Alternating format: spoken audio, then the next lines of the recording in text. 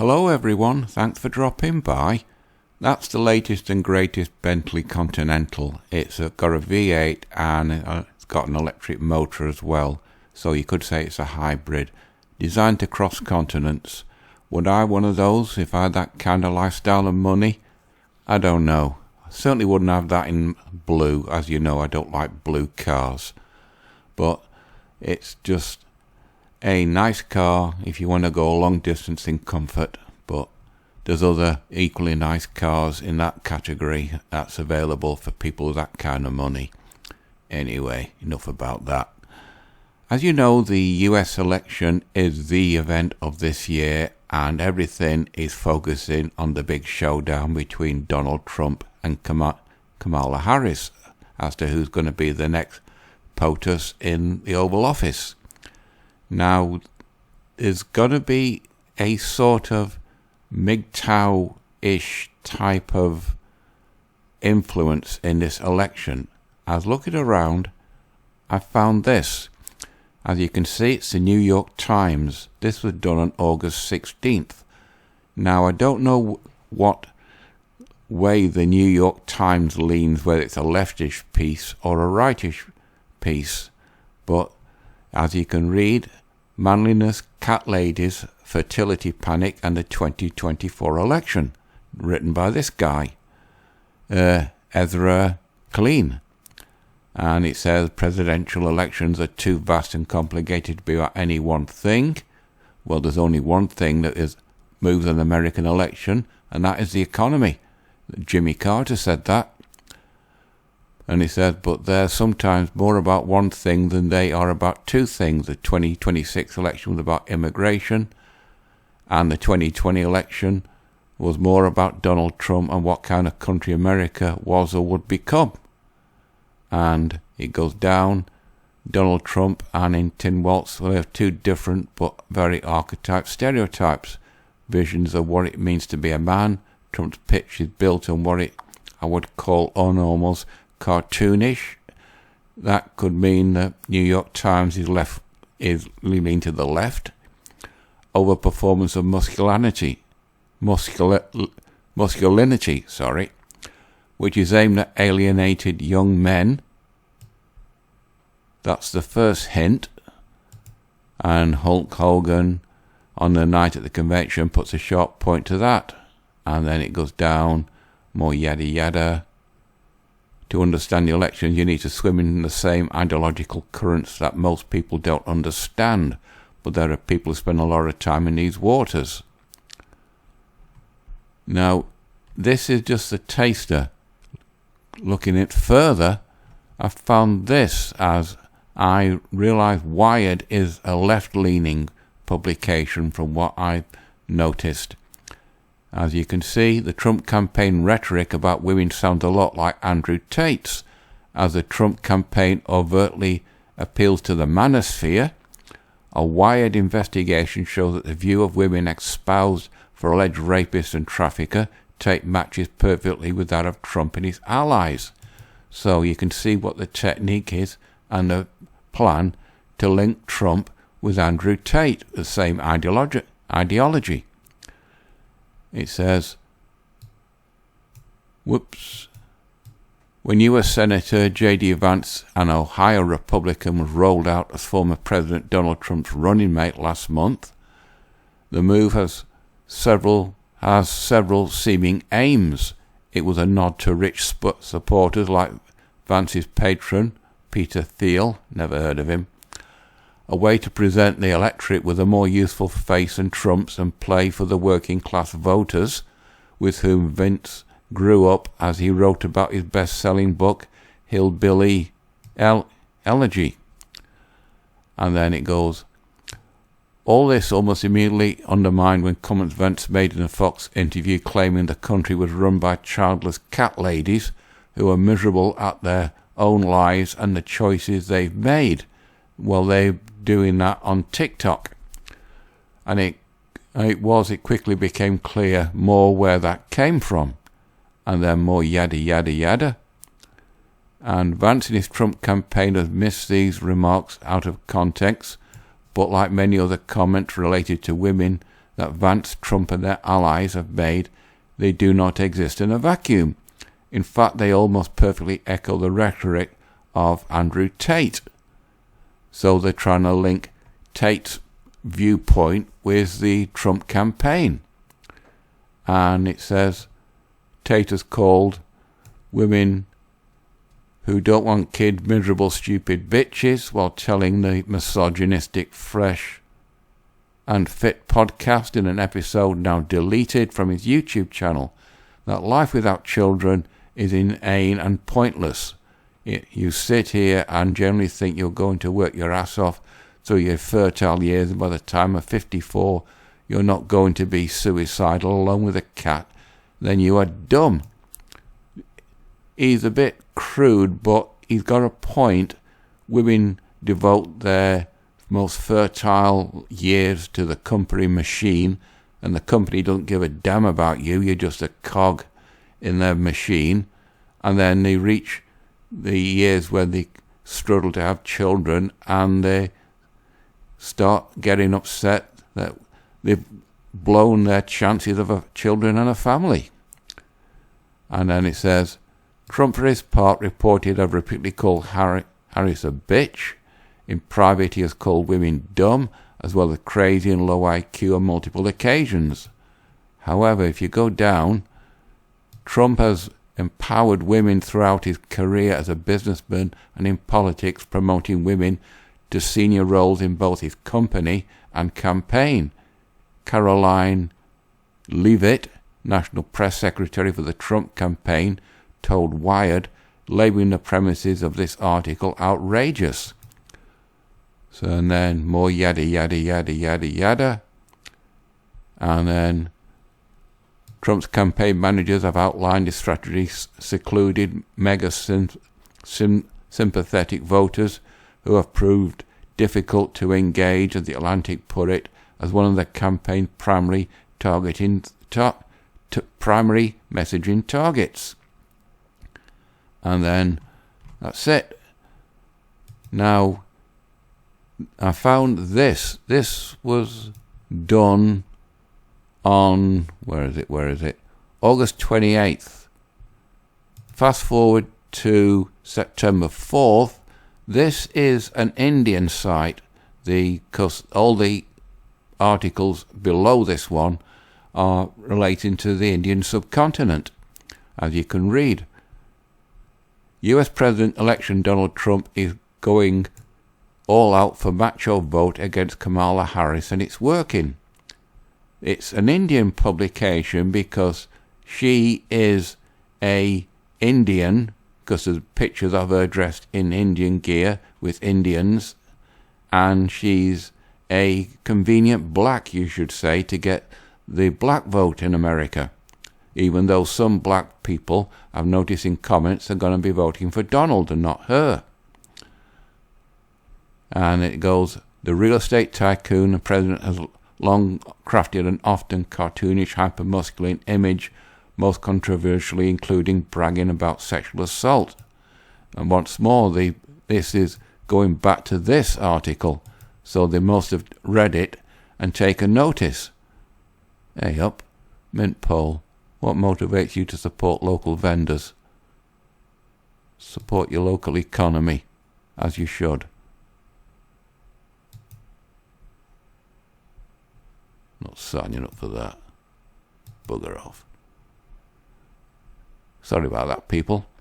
It says, now in the election, Kamala Harris is vying to become America's first woman president. No shit. Trump's macho powers are being put to the ultimate test. This is the bit that's interesting. Harris is seeing a surge in female support and has made the question of abortion a top campaign issue. In other words, murdering the next generation of Americans. Trump, meanwhile, is unapologetically drilling down the part of the electorate that loves cryptocurrency, the ultra-violent, ultimate fighting championship, and thinks society has become too feminine and woke. You can get the impression Mint is leaning toward the left in this election. He speaks for our generation, says Nick Passano standing with 4 tattooed fellow millennial cryptocurrency investors who dubbed themselves the Mega Boys as Trump's Make America Great Again rally in Jonesburg, Pennsylvania last Friday. And it goes down, yada yada yada, yada yada yada. President Joe Biden is still seeking re-election. Well, he's not anymore. He's dropped out. Trump's strategy was unambiguous, although only slightly younger than the president. Trump hammered his opponent as weak and senile and revealed it in a battered he believed during their June debate. And then Harris jumped in, tossed her hat in the ring. 59-year-old Harris, Trump is facing someone who's far younger. Trump also has to contend with the risk that his brash, critics would say bullying style will backfire against a female and black opponent. But she's not only a convenient black, she's essentially an Indian. And she had spent a part of her childhood in Canada. So she's not really a full American. And then Trump's pushing his Trumpian worldview, fighting male malaise. I'll naturally put all these articles below, the links to them. The 60-year-old Minnesota governor may be a liberal, but it's the other half of the CV of the party that thinks in most military veteran, former football school coach, hunter and ice fisherman.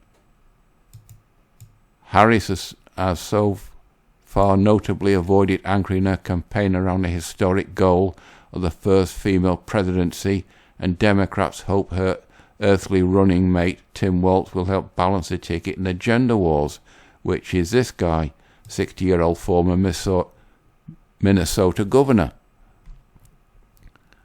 Now, fast forward again to September 4th. This was at 6 minutes to 3 in the afternoon. I don't know what time zone that would be in America. You've got my news. Trump's lewd, crude, hyper-macho attitude is winning him the manosphere, which is another word for MGTOW guys. Donald Trump is going all out to appeal to the part of the US electorate who thinks society has become too feminine and woke, repeating what these other articles have said. That's him surviving the attempt to murder him. That could be the defining moment in the election. If that kid had managed to murder him, then things could be completely different. But he missed, and Donald Trump lives on, and hopefully he might get to be the president. Not being an American, I've got no skin in this game, so I'm just a neutral outside observer. And then he goes on about the sexual harassment. Now in the election, Kamala Harris is vying to become America's first woman president. Trump's macho powers have put the ultimate test. He speaks of our generation. Those are the mega boys that's mentioned in the previous article. And then more yada yada yada yada yada. Far too much for me to go through. This is reflected in Trump's frequent reporting of crude sexualized attacks on Harris in an attempt to play the race card by questioning whether she's really black. And then more yada yada. Trump opposed Nippon Steel bid for U.S. steel but could be America's benefit. Japanese steel maker $15 bid for America's rival has become a hot button issue in the U.S. election race. In other words, the Japanese steel company Nippon Steel was going to buy an American steel company.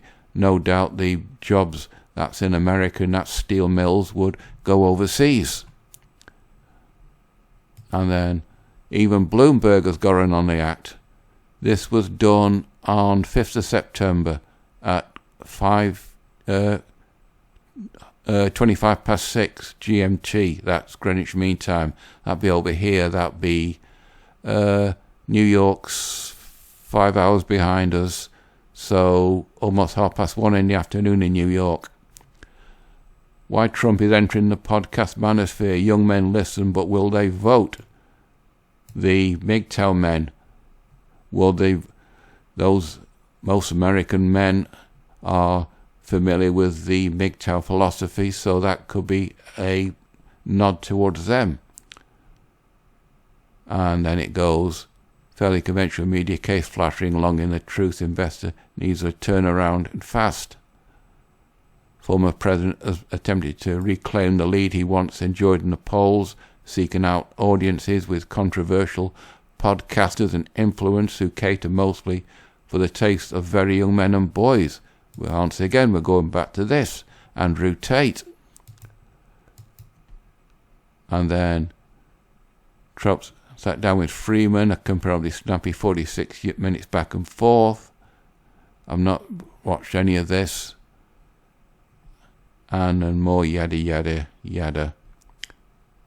In fact, apparent to anyone who's actually turned to Q&A that the audience was fairly small at its peak. The X app showed a little over 1 million people listening, in fewer than most popular shows, and cable news routinely attracting far, far fewer than the 25 million adults in America who were tuned in to the final night of the Republican National Convention. But most Americans have got other things to do and listen to a podcast on X. And then that's it. I also found this. Toxic or tonic voting for muscularity in the US election. Unlike Hillary Clinton's campaign, I'm with her. There's no overt gender messages for Kamala Harris's run. But the President of America, yet gender is on the ballot of the Harris campaign and that of her Republican rival Trump. Presents competing narratives on masculinity, the latest front in America's culture war. Then we got Hulk Hogan doing his party piece, and toxic versus tonic muscularity. More yada yada. Now this is the bit which was interesting. The gender divide. Polls show the overwhelming divide among gender lines. Women favour Harris and men favour Trump. The gap most apparent amongst young people. Now, women must want a socialist government, daddy government, to provide them with lots of cash and prizes, and Trump wants America to be self-sufficient and running its own thing without the government sticking its nose into old manners of American life. So that favours American men, which, as you know, if you look at your country's history, it was independently minded men that built up America. And then anxiety is shifted. Gender roles may be contributing factor, coupled with the fact that American men are doing less well than women in general. Then we go on about what I've covered before, and also other MGTOW channels, about the women going into colleges and men not bothering with colleges because the colleges are too toxic for them. And it says, profound economic and social changes in recent decades have many losing ground in the classroom, the workplace and the family. Well, that's the female-friendly family courts. While the lives of women have changed, the lives of many men have remained the same or gotten worsened. At the same time, the rise of the Me Too feminist movement, liberals are increasingly seeking to disrupt the way that power is distributed. In other words, they want America to be a female-led country.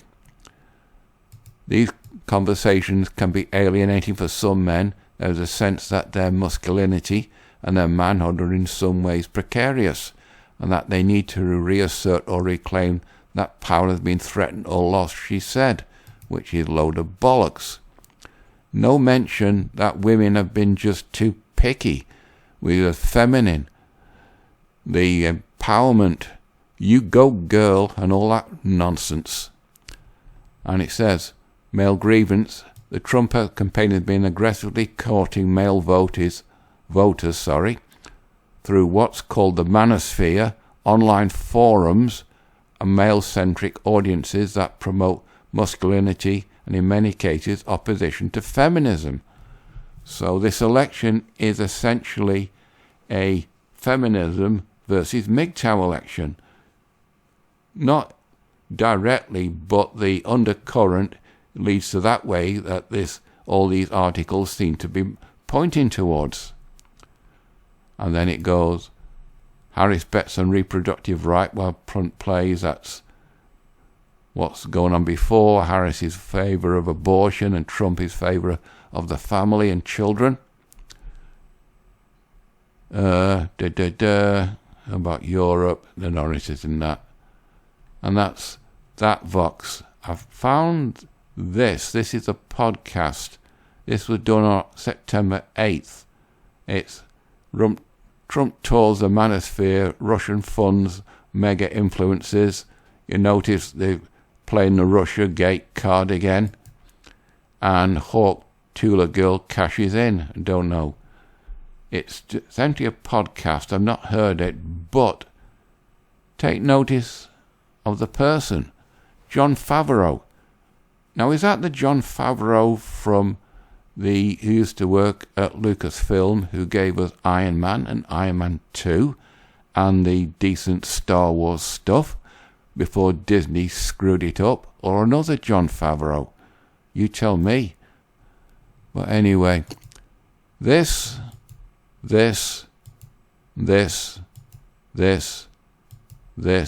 whoops, and this, as you can see, it's gonna be coming to a head, the MGTOW philosophy versus feminism in America, with the prize of the US presidency. Whether she'll get in or he'll get in, you tell me. I think I'm on the 30-minute now. I'm probably starting to edge over that, so I'll leave it at that. Also, I've been finding it awfully hard to find articles for this last few weeks, so do you want me to carry on doing this? As you know, this is essentially a MGTOW channel, and I essentially did it to see what effect MGTOW would have on the economy just by stepping back and looking at the dots and trying to join them up.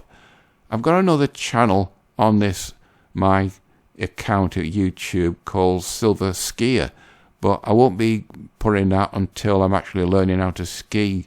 But as I said, I'm finding it hard to find things for my usual Monday broadcast, so do you want me to carry it on or just leave it for a while before I go on to another thing like the recording my skiing going down runs? If you let me know in the comments, that would be appreciated. As for this one, you know the routine: like, dislike, comment, subscribe. As usual, it's completely up to you, so until maybe next Monday, if you let me know whether you want me to carry on doing these types of videos or not, that would be appreciated. But until then, that's it for this one. Bye bye.